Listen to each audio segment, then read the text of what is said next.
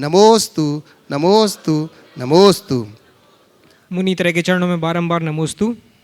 प्रथम ऑनलाइन प्रश्न के रूप में साक्षी जैन दिल्ली से नमोस्तु पूर्वक प्रश्न कर रही हैं महाराष्ट्री कि मैं अक्सर शंका समाधान प्रोग्राम देखती हूँ और बहुत से लोगों के भावना योग के एक्सपीरियंस सुने।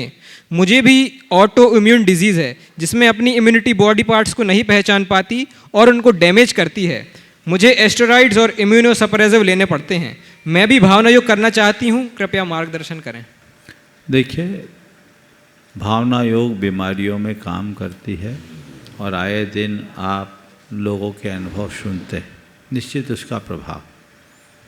पर ये धारणा मत बनाना कि कोई भी बीमारी हो भावना योग करने से ठीक हो जाए। प्रायः जब भावनाएं बीमारियां सेटल हो जाती तो उसका निदान बहुत कठिन होता है, लेकिन फिर भी भावना योग निरर्थक नहीं। उससे इतना होगा कि आपकी बीमारी बढ़ेगी नहीं। हो सकता है बीमारी में कुछ सुधार भी हो जाए, कदाचित सुधार न भी हो तो उसको सहने की सामर्थ्य जरूर आ जाए। इसलिए यदि आपके लिए कोई तकलीफ है, आप भावना योग का नियमित प्रयोग करें, विधि पूर्वक करें, उत्साह और रुचि के साथ, श्रद्धा के साथ करें। और जिन्हें कोई बीमारी नहीं है वो भावना योग करें ताकि बीमार हो ही नहीं। तन की, मन की, चेतन की तीनों विकृतियां हमें दूर करनी है और उस हिसाब से हमें अपना काम करना चाहिए। पारस जैन फरीदाबाद से नमोस्तु पूर्वक प्रश्न कर रहे हैं महाराष्ट्री कि जैन समाज वैसे तो एक सभ्य समाज के रूप में जाना जाता है, परंतु काल के प्रभाव से ये समाज भी अछूता नहीं है। दहेज प्रताड़ना, घरेलू हिंसा, मेंटेनेंस जैसे झूठे वैवाहिक मामले में जैन समाज में भी अपना घर बना चुके हैं, जिसके चलते संपूर्ण भारतवर्ष के बहुत से युवा शारीरिक, मानसिक और आर्थिक रूप से प्रताड़ित हो रहे हैं। कृपया इस विषय में अपना मार्गदर्शन दें। देखिए, बहुत ही लज्जाजनक बात है, दुखदाई बात भी। आजकल इस तरह की अनैतिकता आम हो रही है। यदि किसी को सच्चे अर्थों में दहेज के लिए प्रताड़ित किया जाता है या घरेलू हिंसा का शिकार बनाया जाता है तो घोर निंदनीय। लेकिन आजकल जिस तरह के प्रकरण प्रकाश में आ रहे हैं उसमें ये फर्जी ज़्यादा हो गए और कुछ लोगों ने तो अपना धंधा सा बना लिया है। ये पूरे समाज के लिए एक बहुत बड़ा प्रश्न चिन्ह है। मैं तो समझता हूँ समाज के लिए क्या, पूरी मानव जाति के लिए कलंक है। इस तरह का अनैतिक कृत्य कभी होना ही नहीं चाहिए, करना ही नहीं चाहिए। जो लोग करते हैं हमें उन्हें हतोत्साहित करना चाहिए। इसका एक ही उपाय मुझे दिखता है, वो है सामाजिक व्यवस्था में कुछ कड़ाई हो। ये तय कर लिया जाए जो इस तरीके से किसी के साथ व्यवहार करेंगे हम उनके बेटे बेटियों से कोई संबंध ही नहीं रखेंगे। यदि कोई सच में दहेज से प्रताड़ित, दहेज के लिए प्रताड़ित करता है तो, और कोई दहेज के विरुद्ध झूठा मुकदमा रचता है तो, दोनों साइड से यदि इस तरह की कोई व्यवस्था की जाए और उनसे सामाजिक व्यवहार बंद किया जाए या इस तरह से उनसे विवाह शादी आदि के संपर्क को कम किया जाए तो जीवन में बड़ा बदलाव आ सकता है और हमें उन सब चीज़ों को ध्यान में रखने का प्रयास करना चाहिए। इसमें एक चीज़ और पूछिए महाराष्ट्री कि ऑनलाइन पोर्टल आदि के माध्यम से ज़्यादा ऐसे केस आते हैं तो एकदम, चूँकि आजकल शादी विवाहों के पहले भी लोग ढंग से बातचीत नहीं करते हैं। प्रायः एजेंसीज और पोर्टल्स के माध्यम से शादी विवाह होते हैं। व्यक्ति के व्यक्तिगत चरित्र का पता नहीं चलता तो मामले गड़बड़ होते हैं। आज ही एक युवक ने एक बड़ी बात, अपनी व्यथा सुनाई। उसकी शादी हुई, बड़ा धर्मात्मा लड़का, उसकी पत्नी उसके साथ मात्र 6 महीने रही और आते ही उसने अपना रंग दिखाना शुरू कर दिया। घर से चले गई, लौट के नहीं आई, संपर्क किया, नंबर ब्लॉक। उन्हें तो पता तब चला जब थाने से नोटिस आई और उसमें दहेज और घरेलू हिंसा का प्रकरण दर्ज हो गया। वो व्यक्ति बहुत परेशान रहा और थोड़े दिन बाद उसने उसकी कॉल डिटेल निकलवाई। जब कॉल डिटेल निकली और मोबाइल के सारे मैसेजेज निकले तो पता लगा कि उस लड़की का किसी के साथ अफेयर था और वो मद्यपान आदि भी करती थी। ये सारे प्रकरण जब सामने आया और उसने जब उसके विरुद्ध 420 का केस दायर किया तब कहीं जाकर के मामला उल्टा पड़ा और मामला सलटा। तो ये चीज़ें हैं तो ये बहुत दुखदाई चीज़ है। उस लड़की से ने बाद में दूसरे से शादी भी कर ली, उसका किसी और से चक्कर था, पर अपने चक्कर को इस तरीके से करना कि सामने वाला चक्कर में आ जाए, ये अच्छी बात नहीं है। माँ बाप को भी चाहिए बच्चों की पूर्ण सहमति के बाद ही विवाह करें, और परिवारों को चाहिए कि इस तरह के कृत्य कोई ना करे, उन्हें हतोत्साहित किया जाए, क्योंकि इससे एक नहीं दो दो घर उजड़ता है। और किसी के ऊपर इस तरह का अगर कोई फर्जी आरोप लगाता है तो ये घोर अनैतिक कर्म है, महापाप है, नरकायु का कारण है। लोग इसको समझते नहीं। एक तरफ देव शास्त्र गुरु की पूजा करते हैं, हिंसा की आराधना करते हैं, और दूसरी ओर इस तरह की अनैतिक कृत्य को अंजाम देते हैं। इससे बड़ी बुरी बात और कोई नहीं होगी। ऐसे लोगों की धार्मिकता का कोई अर्थ नहीं, औचित्य नहीं। इसलिए इन बातों पर बहुत ध्यान देना चाहिए। व्यक्तिगत रूप से कभी करना नहीं चाहिए, और अगर कुछ लोग ऐसा करते हैं तो उन्हें सब प्रकार से हतोत्साहित करना चाहिए। प्रश्नों के लिए चलते हैं मंचासीन मुनि संघ के चरणों में, और सर्वप्रथम निवेदन है पूज्य छोलक 105 सुभग सागर जी महाराज से कि अपने प्रश्न के माध्यम से हमें लाभान्वित करें। पूज्य मुनि त्रय के श्री चरणों में बारंबार नमोस्तु नमोस्तु नमोस्तु। महाराज श्री, स्वदार संतोष व्रत क्या होता है, इसका क्या महत्व है, और आज के समय में इस व्रत की अधिकता समझ में आती है तो महाराज जी समाधान कीजिए। देखिए, आपने बहुत महत्वपूर्ण बात उपस्थित की है। स्वदार संतोष व्रत का सीधा अर्थ यदि मुझसे पूछो तो मैं एक शब्द में कहूँगा, यौन सदाचार। आजकल उच्छृंखल या उन्मुक्त यौनाचार की जो वकालत होने लगी है, ये पूरी तरह से मानवीय समाज की व्यवस्था और मर्यादा के विरुद्ध है। हमें ऐसे कृत्यों को हतोत्साहित करना चाहिए। हमें विवाह पूर्व और विवाहेतर संबंधों से बच करके रखना चाहिए। स्त्री पुरुष एक दूसरे के साथ विवाह के बंधन में बंधकर अपना संयमित और मर्यादित जीवन जिए, ये व्यवस्था हमारे शास्त्रों में है। यही स्वदार संतोष व्रत है। इससे सब तरह की नैतिक, चारित्रिक और सामाजिक मर्यादाएं सुरक्षित होती हैं। उनकी उपेक्षा कर यदि कोई व्यक्ति मनमाने तरीके से चाहे जिससे संबंध बनाता है तो मनुष्य कहलाने का भी अधिकारी नहीं है। ये तो पशुओं जैसा स्वेच्छाचारी प्रवृत्ति करने वाला है। हमें इस तरह की प्रवृत्तियों से बचना चाहिए, लोगों को भी बचाना चाहिए, उन्हें हतोत्साहित करना चाहिए। सदार संतोष व्रत को अपने जीवन का मूल बनाना चाहिए। आजकल ये जो चीज़ें चल पड़ी है वो बिल्कुल किसी भी तरह से हमारी व्यवस्था के अनुकूल नहीं है। हमें इनका परित्याग करना चाहिए। नमोस्तु पूर्वक निवेदन है परम पूज्य मुनि श्री शीतल सागर जी महाराज के चरणों में कि हमारी ज्ञान वृद्धि है तो अपना प्रश्न प्रेषित करें। ओम नमः सिद्धि। निवेदन है आचार्य श्री का एक हाइकू। खेती बाड़ी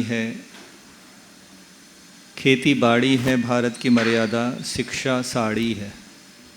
इसका क्या तात्पर्य है? हमारे गुरुदेव का व्यापक चिंतन इस हाइकू में प्रकट होता है। खेती बाड़ी है भारत की मर्यादा, शिक्षा साड़ी है। इसमें गुरुदेव ने बहुत गहरा अर्थ दिया है।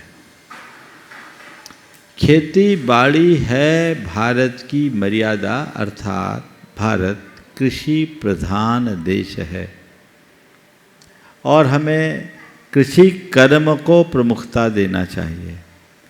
जब तक हम कृषि कर्म को प्रमुखता नहीं देंगे, भारत का वास्तविक विकास नहीं होगा। और मर्यादा साड़ी है, ये जो शब्द है, जैसे एक स्त्री अपनी साड़ी में अपने संपूर्ण शरीर को ढांक कर अपनी मर्यादा को रक्षित करती है, उसी तरह गुरुदेव कहते हैं हमारे पहनावे में हमारी मर्यादा है। हमारे पहनावे में हमारी मर्यादा है, उसमें हमारी सभ्यता की झलक दिखती है। इसलिए हमें अपनी मर्यादा का ठीक रीति से अनुपालन करना चाहिए। नमोस्तु पूर्वक निवेदन है परम पूज्य मुनि श्री निर्वेक सागर जी के चरणों में कि अपने प्रश्न के माध्यम से हमें भी लाभान्वित करें। नमोस्तु। मुनिश्री को नमोस्तु करते हुए आचार्य उमा स्वामी महाराज ने परस्परोपग्रह जीवानाम, हमें एक दूसरे का उपकार करना चाहिए ऐसा कह करके, तथा कुंद कुंद स्वामी ने जीवाणम रक्षणम धम्मो, जीवों की रक्षा करना धर्म है इत्यादि अनेक प्रकार से दया पालन करने का उपदेश हमें मिला है।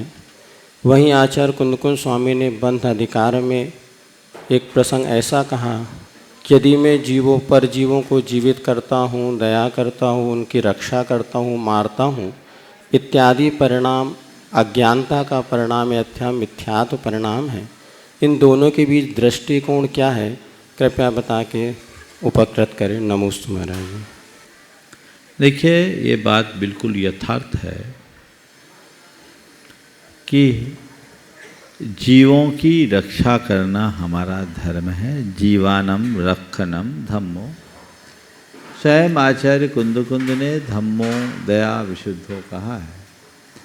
दया से विशुद्ध परिणाम का नाम धर्म है। इसलिए जीवों की रक्षा करना, जीवों के प्रति दया करना अपना कर्तव्य है। जब भी हम प्रवृत्ति में जिए तो इस भाव के साथ जिए कि मेरे द्वारा किसी का कोई घात न हो, मैं जीवों की, मेरे से मुझे जीवों की रक्षा को अपना धर्म मानना है। लेकिन इसमें कर्ता बुद्धि मत रखो। रक्षा करना, दया पालना मेरा कर्तव्य है, पर यदि मैं दया या रक्षा के कर्म में लगकर अपनी दया या रक्षा के भाव का अभिमान पालता हूँ तो ये मेरी दुर्बलता है। यथार्थ ये है कि मैं किसी की रक्षा कर ही नहीं सकता। मैं किसी की रक्षा में केवल निमित्त बन सकता हूँ। इसी प्रकार मैं किसी को मार भी नहीं सकता। कोई भी किसी को नहीं मार सकता। सामने वाला केवल मारने में निमित्त बन सकता है। निमित्त से ही व्यक्ति मरता है, निमित्त से ही व्यक्ति जीता है। ये बाहर का निमित्त है, निमित्त बनेगा, लेकिन कोई ज़रूरी नहीं कि किसी को कोई मारना चाहे तो वो मरे ही, और कोई किसी को बचाना चाहे तो वो बचे ही। दो प्रसंग आपके प्रश्न के उत्तर में मैं कहना चाहूँगा और इससे दोनों दृष्टियों का तालमेल बैठा पाऊँगा। जबलपुर मेडिकल कॉलेज की घटना, बहुत पुरानी घटना जो मेरी सुनी हुई, आज से लगभग 40-45 बरस पहले की घटना, ऐसे सुनने में आई घटना है। एक व्यक्ति को ऐसा रोग हो गया कि पूरे शरीर में घाव और सड़ांध हो गए, और वो व्यक्ति लावारिस था, कोई उसका केयर टेकर नहीं था, कोई दवाई काम नहीं कर रही थी। उसे किसी ने कि चलो इसके पिंड छूटे,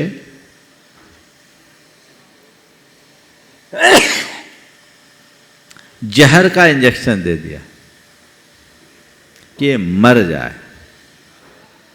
लेकिन कहावत है विषस्य विष मौषधम, विष की औषधि विष बन जाती। वो जहर उसके लिए अमृत बन गया। वो जहर उसके लिए अमृत बन गया, और फिर कहते हैं कि उससे उसके शरीर में जो भी विकार था वो दूर हो गया, वो व्यक्ति स्वस्थ हो गया। और एक दूसरी घटना मध्य प्रदेश की ही सागर की। एक युवक स्कूटर से कहीं जा रहा था। रास्ते में रेलवे फाटक आया। फाटक बंद था। उसने स्कूटर रोकी, एक पैर जमीन पर, एक पैर स्कूटर पर। सैकड़ों लोगों की भीड़, कई गाड़ियां वहां जाम में फंसी। इसी मध्य एक चील किसी सांप को लेकर उड़ रहा था। लोग उसे देख रहे। अचानक चील के पंजे से सांप छूटा, सीधे उस युवक के पैर पर गिरा। सांप गुस्से में था, उसने जोर से डंस मारा और तत्क्षण चील वापस आए, सांप को अपने कब्जे में लिया और लेके चल दिया। वो युवक वहीं ढेर हो गया, जहरीला सांप। ये घटना क्या कहती? इसी को बोलते निमित्त नैमित्तिक संबंध।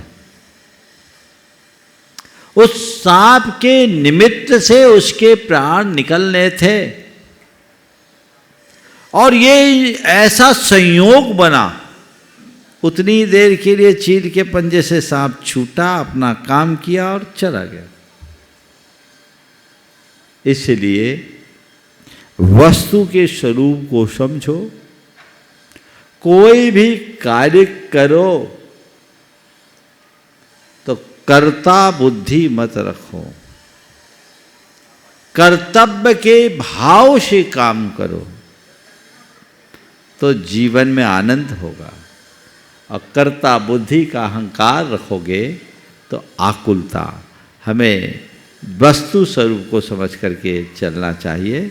जब अध्यात्म साधक की दृष्टि में देखते हैं तो इन सब चीज़ों से ऊपर उठ जाता है, वो निर्वृत्ति में जीता है, इसलिए इनका कोई विकल्प नहीं। प्रथम प्रश्न के रूप में आवाज दे रहा हूं दिनेश जी जैन पृथ्वीपुर से। गुरुजी, धार्मिक अनुष्ठानों में महापात्र बनने का शुभ अवसर कैसे मिलता है? पुण्य के उदय से या पूर्व पुण्य के उदय से? पुण्य का उदय तो रहता ही है। अब पुण्य के उदय के साथ साथ थोड़ा मोह त्यागते हो तब मिलता है। पुण्योदय तो बहुतों का होता है, लेकिन उसका लाभ कम लोग उठाते हैं। पुण्य के उदय में सब प्रकार की अनुकूलताएं तो उपलब्ध हो गई। उन अनुकूलताओं को पाने के बाद भी कई लोग आलस करके बैठ जाते हैं, वो उसका लाभ नहीं उठा पाते। और साधारण लोग जिनका अपेक्षाकृत पुण्य अल्प भी हो, पर अपनी भावना और श्रद्धा के बल पर अल्प सामर्थ्य के बाद भी बड़ा बड़ा काम कर लेते हैं। तो मैं इसे केवल पुण्य का योग नहीं मानता, मैं इसे भावना की फलश्रुति मानता। तुम सोचो कि मेरा पुण्य होगा तो मुझे लाभ होगा, ये बात अधूरी है। तुम्हारी भावना प्रबल होगी तो तुम्हें मौका मिलेगा, ये बात सही है। इसलिए अच्छे कार्य के लिए पुण्य के भरोसे मत बैठो, अच्छे कार्यों के लिए अपनी भावनाओं को प्रबल बनाओ। निवेदन करूंगा इसी का शैलेंद्र जैन कटनी से, और इसी के बाद तैयार रहेंगे लकी जैन गड़ाकोटा से। नमोस्तु महाराष्ट्री, इच्छामि महाराष्ट्री। महाराष्ट्री में MBA पास आउट हूँ और आप हमेशा प्रेरित करते हैं कि हमें नौकरी देने वाला बनना चाहिए, करने वाला नहीं। और मेरे माता पिता इस बात से बहुत प्रभावित हैं, तो उनके भी भाव यही थे कि मैं नौकरी दूँ, करूँ नहीं। तो महाराष्ट्री मेरे जो भी जॉब ऑफ़र आए थे वो मैंने एक्सेप्ट नहीं किए, उसको छोड़ के मैं घर आ गई। और महाराज जी, इस समय को मैं कैसे उपयोग में लाऊं कि मैं अपने धार्मिक और संसारिक दोनों ही कार्यों को एक साथ अच्छे से कर पाऊं? देखो, जब तक घर में हो तो सबसे पहले अपने घर के कार्यों में दक्षता ला। और एक बात को सदैव ध्यान रखो, तुम्हारे माध्यम से मैं सभी युवतियों से कहना चाहूँगा, खास करके पढ़ने वाली लड़कियों को, कि उन्हें गृह कार्यों में दक्षता रखनी चाहिए। उन्हें हमेशा एक बात समझना चाहिए कि मुझे और कुछ बनना है या नहीं बनना, मुझे श्रावक और श्राविका जरूर बनना है। अपने जीवन को इस तरीके से विकसित करना है कि कालांतर में मैं अपने श्रावक श्राविका के धर्म का पालन कर सकूं। आप लोगों को मेरी बात शायद बुरी लगेगी, आपके साथ तो शायद ऐसा नहीं होगा, पर 90-95% लड़कियों को आजकल खाना भी बनाना नहीं आता। बोलो, सही बोल रहा हूँ कि नहीं? तो पढ़ लिख करके क्या करेगी? कैसे अपने श्रावक धर्म का पालन करेगी? चतुर्विध संघ की सेवा कैसे करेगी? कल व्रत संयम के मार्ग में कैसे चलोगे? केवल धन पैसा और भोग विलासता ही तुम्हारे जीवन का लक्ष्य है तो तुम जानो, दुर्लभ मनुष्य जीवन को पाकर अपने आपको कृतार्थ करना चाहते हो, अपने जीवन को धन्य करना चाहते हो, सम्यक रास्ता पकड़ो। तो तुम्हें इसे एक अपॉर्चुनिटी के रूप में देखना चाहिए। जब तक अपने माँ के पास हो ना, एकदम माँ जैसी मास्टरी पालो। और मैं तो लड़कियों से कहता हूँ, घर के कार्य में ऐसी दक्षता रखो कि दुनिया के किसी कोने में हो और किसी त्यागी व्रती को जाना हो, उससे कहा जाए अमुक जगह में क्या नाम, इसका नाम है ना तुम्हारा, वो इसका है, वहाँ तुम्हारी व्यवस्था हो जाएगी। और तुम्हारे पास खबर आए ना कि आज कोई त्यागी व्रती मेरे घर में आने वाला है, तो तुम हर्ष से नाच उठो। अभी तो हाथ पांव ढीले पड़ते, बोलो है ना, क्या श्रावक धर्म पालोगे? तो ये अपॉर्चुनिटी है ना तुम्हारे साथ। तो ये अपना भाव, अपनी तैयारी इसके लिए अभी से करनी चाहिए, पहली बात। फिर अपने पिताजी के व्यापार में भी तो सहयोग दे सकते हो, अगर समय बचे, दे रही दो, उसको ग्रोथ दो। और जब तुम्हारा योग लगेगा, जहाँ जाओगे वहाँ देना। घर की आंतरिक व्यवस्था का संचालन करना भी एक बहुत बड़ी जॉब है। मुझे समझ में नहीं आता कि लोग इसे कमतर क्यों आंकते हैं। इसलिए इन सब बातों को गहराई से समझना चाहिए। पढ़ लिख कर योग्य बनना अच्छी बात है, पर नौकर बनने का लक्ष्य रखना सही बात नहीं। नमोस्तु महाराज। लकी जैन गड़ाकोट। महाराज श्री के चरणों में त्रिवार नमोस्तु नमोस्तु नमोस्तु। महाराज श्री, अरियंत भगवान तो सर्वज्ञ हैं, लेकिन जब उनका समोसरण लगता है तब वह यह क्यों नहीं बताते कि नमोकार मंत्र किसने लिखा और कब लिखा, जबकि उनको तो भूत भविष्य वर्तमान की सभी द्रव्य पर्यायों को जानते हैं। तुम्हें पता है कि भगवान ने बताया कि नहीं बताया? ये तो नहीं पता। अरे भगवान के सामने कोई पूछे नहीं तो भगवान क्या बताएंगे? बोलो। भगवान ने अगर कोई बात नहीं बताया, इसका मतलब ये नहीं कि भगवान को उसका ज्ञान नहीं था। भगवान वही बात बताते जो पूछी जाती। समझ गए? तो पूछा गया, वो बता दिया गया। जब भगवान साक्षात थे तो हमारा कोई शास्त्र ही नहीं लिखा गया था, साक्षात वाणी चलती थी, नमोकार मंत्र प्रवाह में था। तो जब ये सवाल ही नहीं उठा होगा कि नमोकार मंत्र किसने लिखा, तो उत्तर कहाँ से आएगा? नमोकार मंत्र जब से परमेष्टि है तब से नमस्कार मंत्र है। लिपिबद्ध भगवान महावीर के निर्वाण के 588 वर्ष बाद किया गया, जो आचार्य पुष्पदत्त भूतबली ने सचखंड आगम के मंगलाचरण में लिखा। तो सवाल भी उसके बाद उत्पन्न हुआ। अगर ये सवाल भगवान महावीर के सामने होता ना, तो वो बता देते कि आज से इतने वर्ष बाद ये ग्रंथ लिखा जाएगा, उसके मंगलाचरण में इसका प्रयोग किया जाएगा। समझ गए? चलिए नमोस्तु। लीजिएगा, प्रश्न रख रहे हैं और नितेश जी उदयपुरा से, और इसके बाद नमोस्तु गुरुदेव। हमारा प्रश्न है महाराज जी कि हमारे गांव के मंदिर में माली की व्यवस्था नहीं है, एवं हम लोग मंदिर के वस्त्रों में साफ सफाई, बर्तन की झाड़ू पोंछा करते हैं। तो महाराज जी, ये करना चाहिए कि मंदिर के वस्त्र को उतार के करना चाहिए? अरे भाई, मंदिर में हो, मंदिर के झाड़ू पोछे को कर रहे तो कोई दोष नहीं, बल्कि इसको अपना सौभाग्य मानना चाहिए। धोती दोपट्टे में कर सकते महाराज जी, और वस्त्रों को व्यवस्थित रखना चाहिए। ठीक है, चलिए।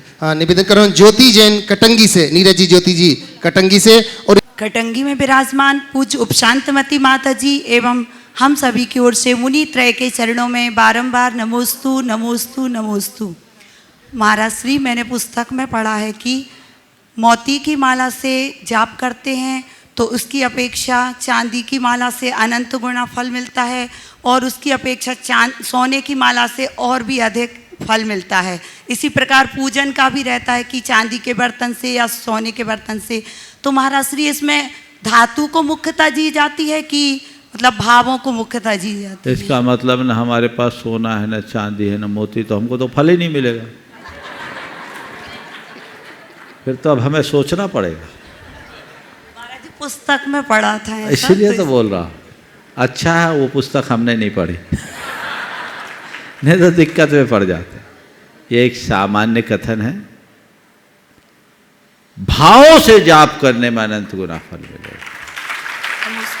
हाँ, अपनी सामर्थ्य के अनुसार जितने भी धर्मोपकरण हैं वो उत्कृष्ट से उत्कृष्ट रखने की कोशिश करो। लेकिन यदि वो उपलब्ध ना हो तो मन को मायूस मत करो। हमने पढ़ लिया सोने की माला फेरेंगे अनंत गुना फल होगा। हमारे पास तो माला है नहीं, कांच की माला फेरते हमें कोई फल ही नहीं मिलेगा, ऐसा मत सोचना। हो सकता है सोने की माला केवल सोने माला वाला सोने में उलझ जाए और साधारण माला वाला माला माल बन जाए। इसलिए माला मत देखो, माला माल बनने का रास्ता पकड़ो। समझ गए? धर्म क्षेत्र में सबसे अधिक महत्ता भावनाओं की होती है। महावीर जैन अशोकनगर से। महाराष्ट्र के शरणों में बारंबार नमोस्तु नमोस्तु नमोस्तु। महाराज जी, मेरा प्रश्न है कि धर्म और आध्यात्म क्या एक ही है? अगर नहीं तो इनमें क्या अंतर है? देखिए, धर्म और अध्यात्म क्या है पहले समझो। जब हम इनकी विवेचना करते हैं तो धर्म हमारे आचारात्मक पक्ष का नाम है, जो हमारी क्रिया का नाम, और अध्यात्म हमारे भावों के परिणति का नाम। यद्यपि धर्म अध्यात्म प्रेरित होता है, लेकिन आजकल लोगों की दृष्टि अलग हो गई। हम रिचुअल और स्पिरिचुअल दोनों के भेद को समझें। हमारा जो बाह्य क्रियाचार है वो धर्म के रूप में दिखता है, और हमारे भीतर के जो परिणाम है, परिणति है या विचार है, वो अध्यात्म को जोड़ता है। तो हम कोई भी धार्मिक कार्य करें, क्रिया करें, आध्यात्मिकता से प्रेरित होकर के करें। केवल धर्माचार करने वाले का उद्धार हो कोई निश्चित रूप से कहा नहीं जा सकता, लेकिन जो अध्यात्म से प्रेरित होता है उसके बदलाव को कोई रोक नहीं सकता। और अध्यात्म तभी सार्थक होता है जब वो हमारे व्यवहार में ढले, और वो व्यवहार ही धर्म है। इसलिए कोरे रिचुअल की तरफ ध्यान देने की जगह हम स्पिरिचुअल से रिचुअल की ओर बढ़ने का प्रयत्न करें। नमस्ते महाराज। संजय जी नरपत्या गुवाहाटी से अपना प्रश्न लेकर के आ रहे हैं। और मेरे परम इष्ट गुरु के चरणों में मेरा संजय, तुम भी आ बारंबार जाओ। नमोस्तु नमोस्तु नमोस्तु। महाराज श्री, मेरा प्रश्न ये है कि गतिबंध और आयुबंध से क्या समझें हम? देखिए, गति एक अलग कर्म है, आयु एक अलग कर्म है। एक जन्म स्थान से दूसरे जन्म स्थान तक ले जाने वाला कर्म गति कर्म कहलाता है, और एक पर्याय विशेष में रोकने वाले कर्म का नाम आयु कर्म। गति 24 घंटे बनते रहती है, आयु जीवन में 8 प्रसंगों में ही बनते हैं। आयु एक बार बन जाए तो बदलती नहीं, गति में परिवर्तन सब। नमोस्तु गुरुदेव। पदम जी बहरा नागपुर से। गुरुदेव, स्थान, व्यापार और व्यवहार में कैसे समन्वय बैठाया जाए? स्थान, व्यापार और व्यवहार में कई बार व्यापार करने के लिए स्थान छोड़ना पड़ता है, कई बार व्यवहार निभाने के लिए भी स्थान छोड़ना पड़ता है, लेकिन स्थान नहीं त्यागना है तो उसके लिए क्या करा जाए? देख भाई, बहुत अच्छा सवाल किया। स्थान, व्यापार और व्यवहार। सबसे पहला सवाल ये है कि व्यक्ति व्यापार क्यों करता है? व्यापार क्यों करता है? धन कमाने, धन क्यों कमाते हो?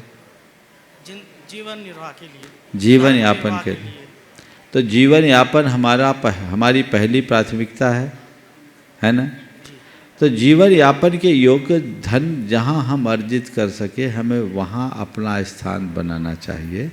जो व्यक्ति किसी स्थान के व्यामों में बंधा रहेगा वो सच्चे अर्थों में धनोपार्जन नहीं कर पाएगा। यदि हम अपने शास्त्रों में, पुराणों में पढ़ेंगे तो पाएंगे कि प्राचीन काल में भी बड़े बड़े सेठ साहूकार भी देश विदेश जाकर व्यापार किया करते थे। समझ गए? तो ये व्यापारी का एक गुणधर्म होता है कि वो कहीं भी जा सकता, आ सकता है।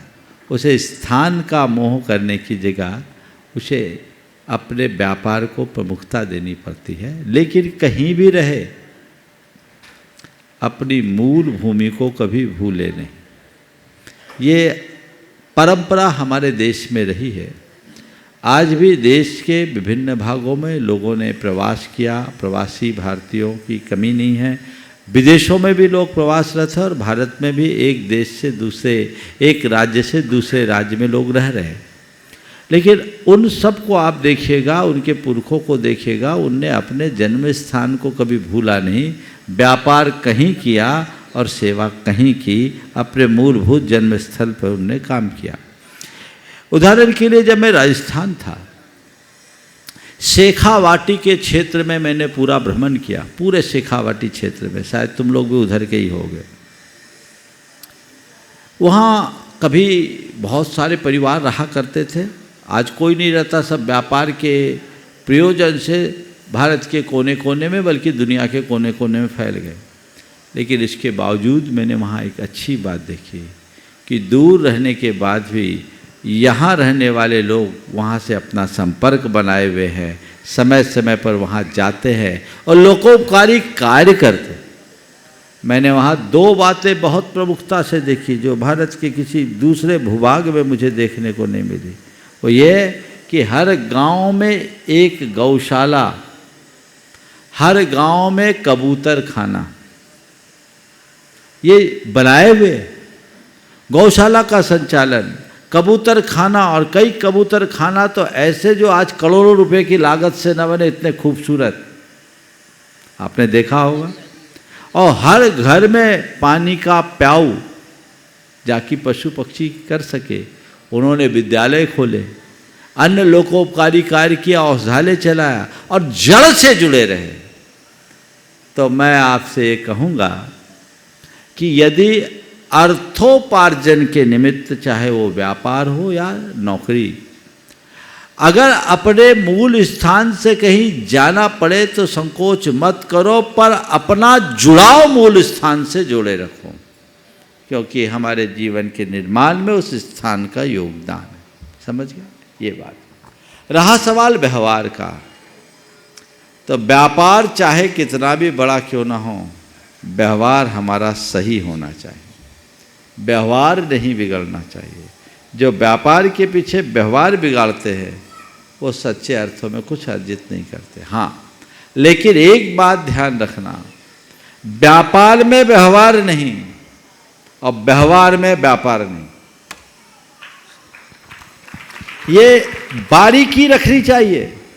व्यापार में व्यवहार घुसा दोगे, व्यवहार देखोगे तो व्यापार ठप्प हो जाएगा। समझ गए? व्यापार व्यापार की दृष्टि से की जाती, बस उसमें नीति और ईमान होना चाहिए। और व्यवहार में व्यापार बना दोगे तो कैलकुलेटिव नेचर हो जाएगा, सब में नफा नुकसान देखना शुरू कर लोगे, वो भी तुम्हारे जीवन को बिगाड़ देगा। इसलिए इन दोनों बातों से बचो। बंधुओं, दीदी अपना प्रश्न रखे, उसके पूर्व में बड़े सम्मान के साथ आवाज दे रहा हूं। हमारा श्री आज हमारे बीच में IAS TG त्यागी जी है, डॉक्टर TG विनय जी। मैं निवेदन करता हूं कृपया मंच के ऊपर आए और इनका अभिनंदन करता है हमारा गुणायतन श्री सेवायतन परिवार माननीय सुभाष पूनम जी से निवेदन करता हूं, साथ ही NL जैन साहब से निवेदन करता हूं कि इनका अभिनंदन करें। और साथ ही हमारे बीच में IAS माननीय प्रसन्न प्रमोद दातार जी भी यहां पर उपस्थित हैं। कृपया मंच के ऊपर आए और जोरदार तालियों के साथ हम इनका अभिनंदन करते हैं।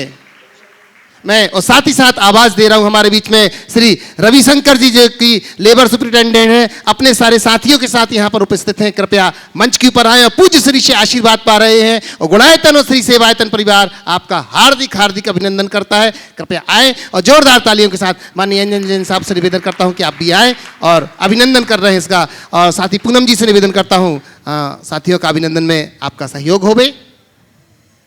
और इसी के साथ प्रश्न के रूप में हमारी दीदी लोगों के पास प्रश्न पहुंचे, उसके पूर्व ही एक प्रश्न मैं चाहूँगा कि नीचे से ही श्रीमती सलोनी जी निखिल जी यहाँ पर मनावर से हैं।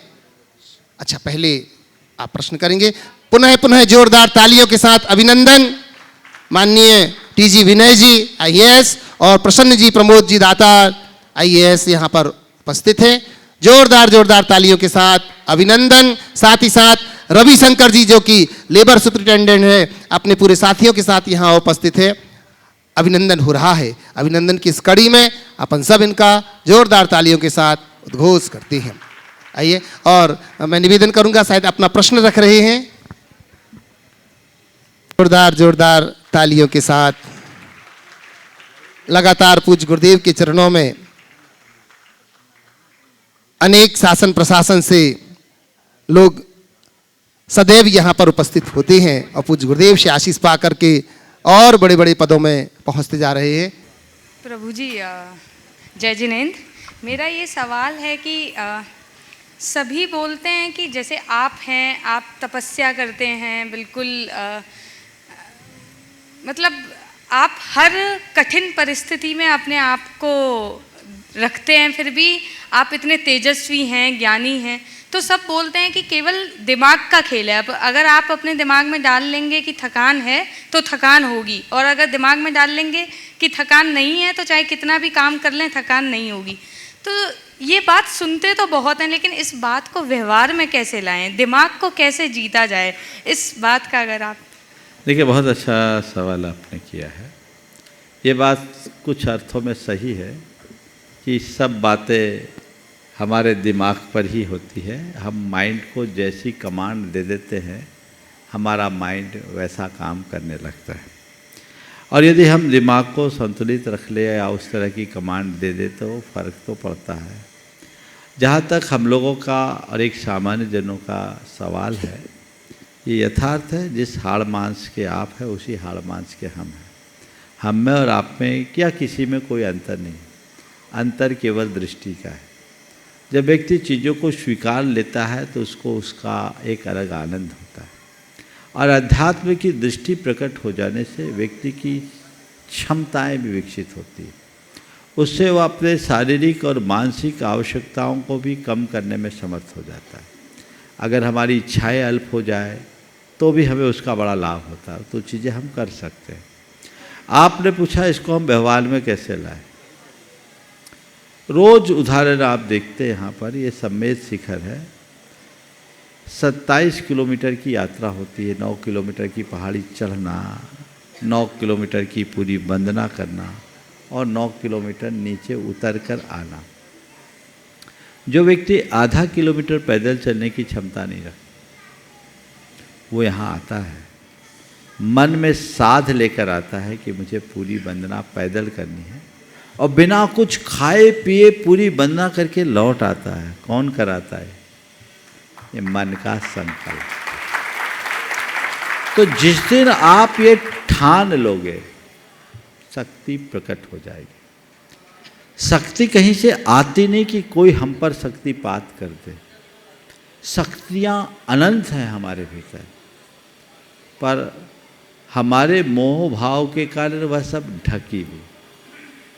हम अपने संकल्प के बल पर अपनी शक्ति को उद्घाटित कर सकते हैं, उसको सही अर्थ में उसका दोहन कर सकते हैं, और दोहन करके उसका सही रूप में नियोजन भी किया जा सकता है। यदि ऐसा करे तो हम सब कुछ कर सकते हैं, और ये बात बिल्कुल यथार्थ है, मस्ती मन की। और प्रणाम गुरुजी। मैं प्रत्युष शेखर एक क्वेश्चन पूछना चाहता हूँ कि एक जो दुविधा है कि क्रोध और लोभ पर किस तरह से हम लोग कंट्रोल कर सकते हैं। देखिए, बहुत अच्छा सवाल है। क्रोध हो या लोभ या और कोई दुर्बलता, अगर हमारे मन में बोध हो तो सब शांत हो जाए। मैं उदाहरण के लिए आपसे कहता हूँ, आप एक अधिकारी हैं, कभी अपने किसी उच्चाधिकारी, ऐसे उच्चाधिकारी से सामना करना पड़ा हो, शायद हो सकता होता है अक्सर, जिसका मिजाज थोड़ा टेढ़ा हो, और वो आपको कभी कुछ बोल दिए उटपटांग, ऐसी बात जो अमूमन आप बर्दाश्त नहीं कर सकते। उस घड़ी में आप क्या करते? कोई प्रतिक्रिया देते? जी नहीं। कोई प्रतिवाद? जी नहीं। उनकी कड़वी बात को भी आप सहज भाव से सुनोगे, बल्कि आप अपना फेस एक्सप्रेशन भी कंट्रोल करोगे। करोगे? जी। उस समय अपने इमोशंस पर कंट्रोल कैसे ले आए?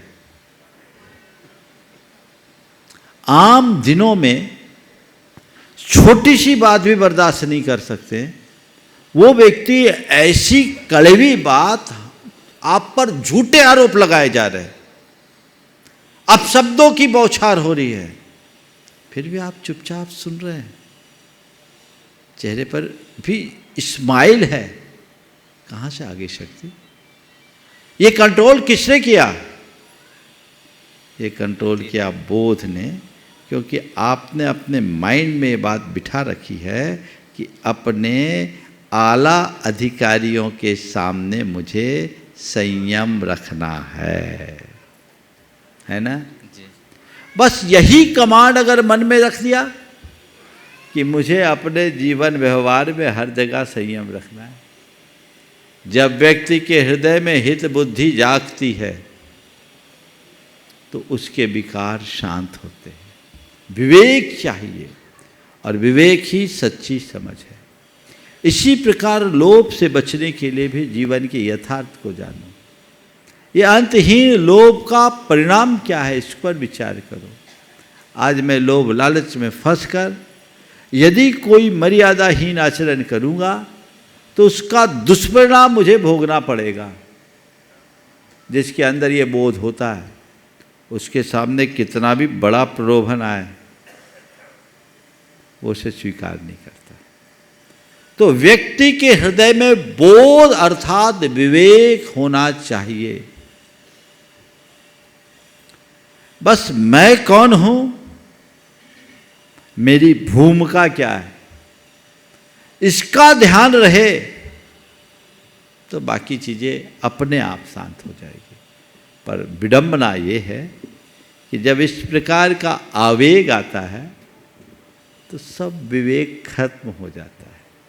उसके लिए एक अभ्यास भावना योग मैं कराता हूँ। आप अगर देखना चाहें तो YouTube के माध्यम से देख सकते हैं। अपने सबकॉन्शियस माइंड में कुछ कमांड्स दीजिए, जिसे अफर्मेशन के रूप में कर सकते हैं, आत्म सुझाव। जिन्हें ज़्यादा क्रोध आता है वो शांत अवस्था में बार बार दोहराए, मुझे शांत रहना है, मुझे शांत रहना है, मुझे संयम रखना है, मुझे संयम रखना है। जब खाली हो मुझे शांत रहना है। अपने मोबाइल के रिंगटोन में डाल दो, मुझे शांत रहना है।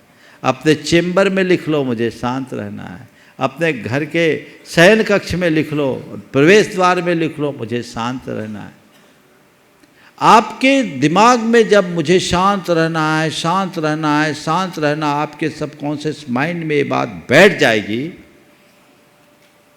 तो कोई भी गुस्सा का प्रसंग आएगा, अंदर से आवाज आएगी, मुझे शांत रहना है। ये एक वाक्य उफनते हुए दूध में पानी का छींटा बनेगा और मन शांत कर देगा। ये अभ्यास करना होगा, समझ गए? इसी तरह लोभ के संदर्भ में भी यदि है, मुझे संतोष रखना है। ये कुछ कमांड, चूंकि काम, क्रोध, लोभ, मोह ये ऐसे विकार हैं जो जन्मांतरों से हम पर हावी है। तो वो संस्कार आते हैं, उन संस्कारों को जीतने का यही रास्ता है। बहुत बहुत लीजिएगा। हाँ, निवेदन कर रहा हूँ मैं श्रीमती सलोनी जी, निखिल जी, बिटिया चरिया के साथ।